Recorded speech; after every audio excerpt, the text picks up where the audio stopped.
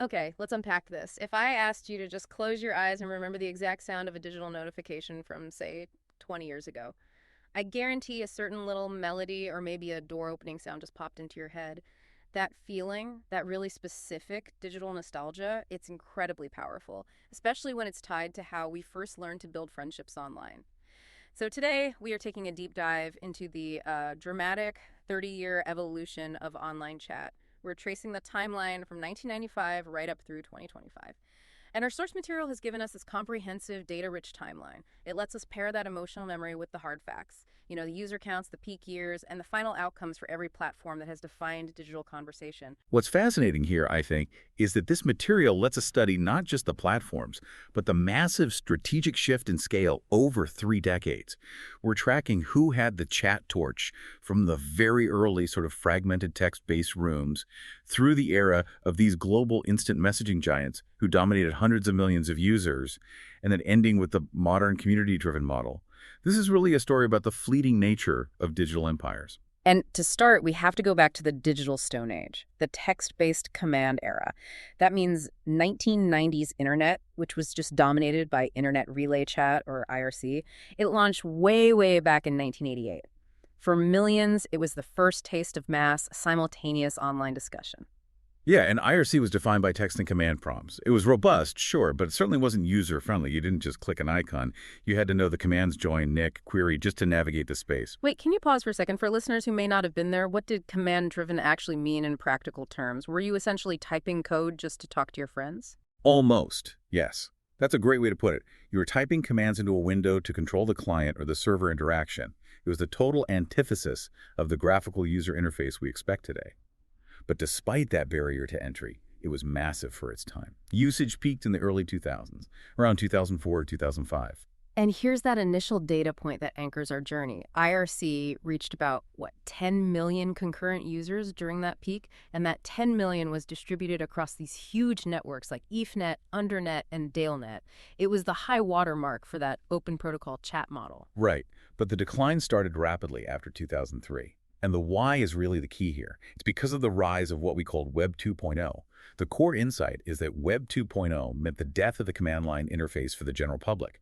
Suddenly, everything was graphical, personalized, and persistent, all embedded in a user-friendly application. The text-based model just couldn't compete. And that transition is just crystal clear in the data. By April 2011, the top 100 IRC networks combined had only slightly more than 200,000 concurrent users. That is a stunning contraction from 10 million. It really is. And if we look ahead to late 2025, our source material shows the top 5 IRC networks only see about 88,000 total users per day.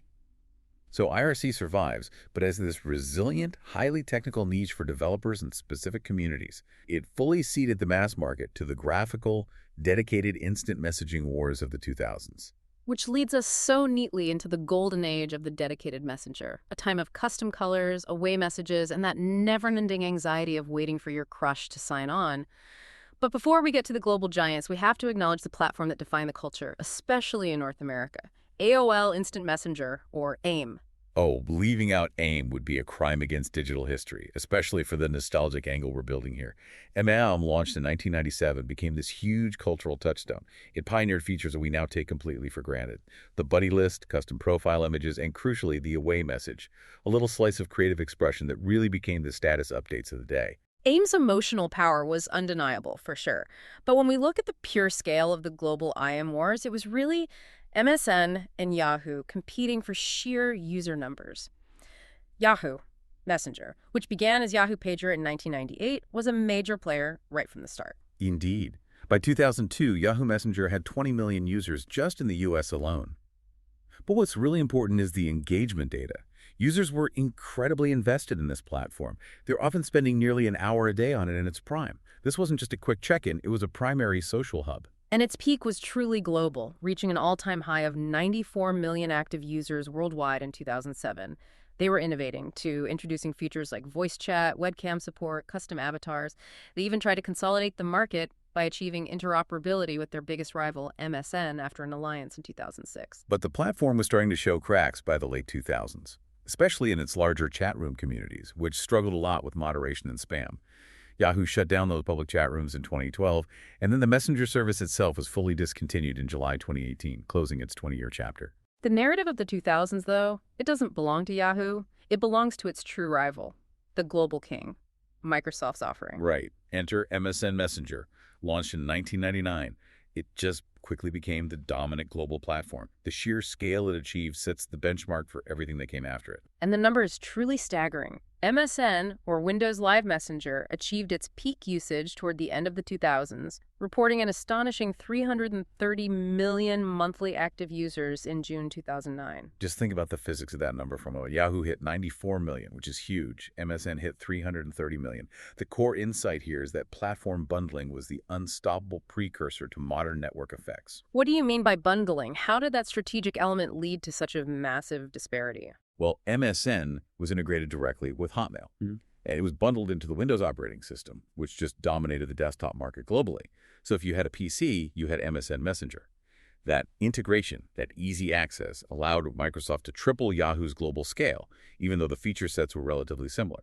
That 330 million MAU figure is a masterclass in market penetration. Okay, and just to clarify for our listeners who might be prepping for a meeting, you said 330 million monthly active users for MSN, but we mentioned concurrent users for IRC. Are those comparable metrics, or is that apples and oranges? That is a crucial distinction. Good question. MAU means anyone who logged in once that month, so it measures potential reach.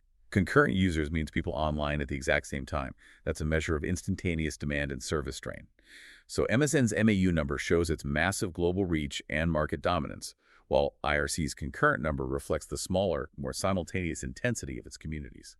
Both metrics tell a dramatic story of scale expansion. It's just fascinating how quickly that scale vanished, though. Despite the dominance, Microsoft acquired Skype in 2011 and decided to consolidate.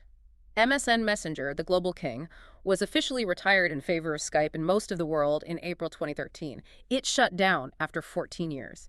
It truly underscores the impermanence of these digital spaces. And that transition from text messenger to a voice and video application signals the next major shift in user demand. The dedicated text messengers had their moment, but the rise of affordable, widespread broadband meant users demanded more than just text. They wanted to hear voices and see faces. Which brings us to Skype. Launched in 2003, it blended IM with high-quality voice and video calling. Its growth really accelerated after 2008 when broadband adoption went mainstream across the globe. Yep, and Skype's peak can be identified in the early to mid-2010s. It hit a record of over 50 million concurrent users in January 2013.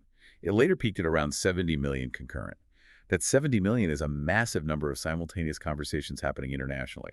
Microsoft clearly saw the writing on the wall. They purchased Skype for $8.5 billion in 2011, and they strategically positioned it as the default app for international communication, basically trying to move that 330 million user base into a new multimedia environment.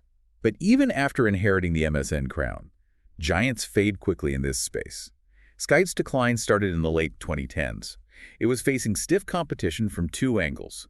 First, mobile apps like WhatsApp took the quick, simple text chat market. And later, specialized video conferencing services like Zoom and, ironically, Microsoft's own Teams took the business and formal communication market. The stagnation is just palpable in the data. By 2023, the daily user count had reportedly fallen to 36 million. The platform just couldn't maintain relevance against more specialized competitors. And here's the news that confirms the relentless nature of this cycle. Skype will be officially retired in May 2025, and that ends its two-decade run. It concludes the era of the dedicated, voice-first messenger application. Okay, that brings us to the modern era, and a look at two platforms that emerged around the same time but took wildly divergent paths to the finish line, Omegle and Discord. Let's start with the spectacular outlier, Omegle. Omegle, launched in 2009, had this uniquely simple concept. Anonymous one-on-one chats with random strangers. They added video in 2010. It was pure novelty and chance. And its story is a classic sharp rise and dramatic implosion. It was pretty niche for years, but then everything changed during the global lockdowns of 2020. Our sources confirmed this massive, sustained spike fueled by viral content on TikTok and, people desperate for random social interaction.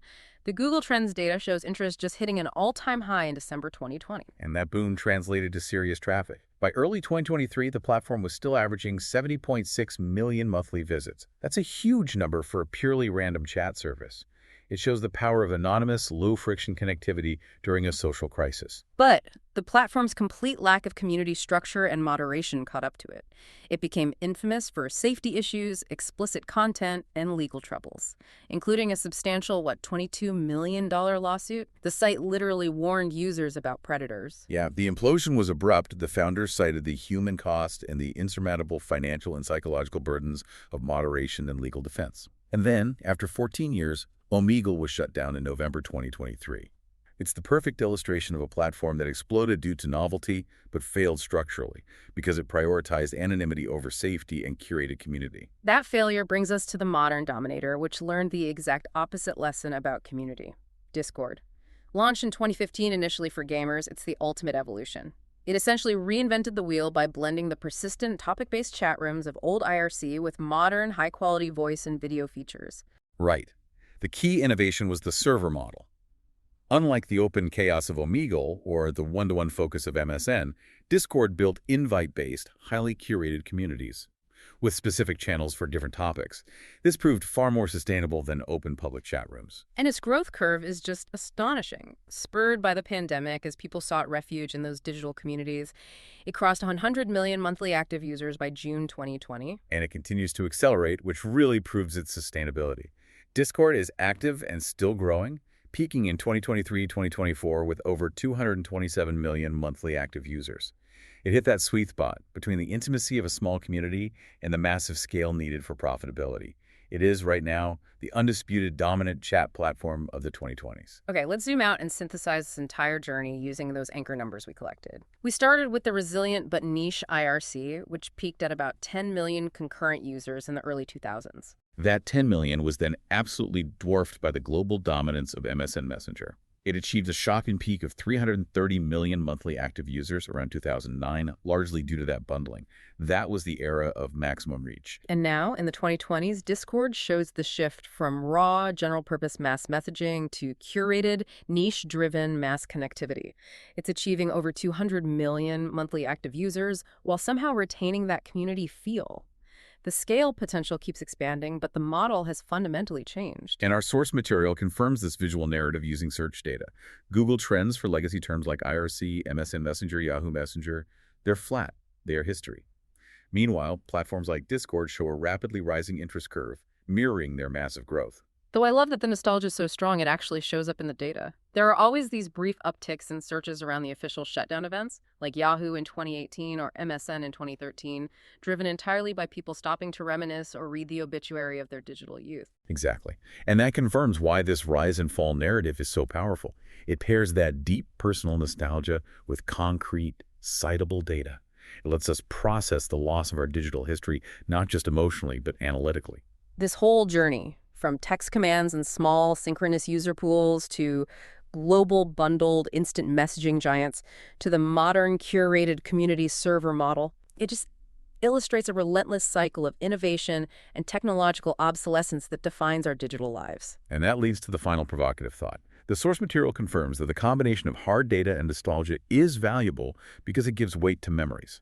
So given how quickly these platforms become obsolete, Skype is officially retiring in 2025, MSN shut down a decade ago. What does this continuous data-driven cycle of rise and fall reveal about the impermanence of the digital social spaces we invest so much of ourselves into? We hold on to the memory of a 330 million user network that vanished even as a 227 million network takes its place.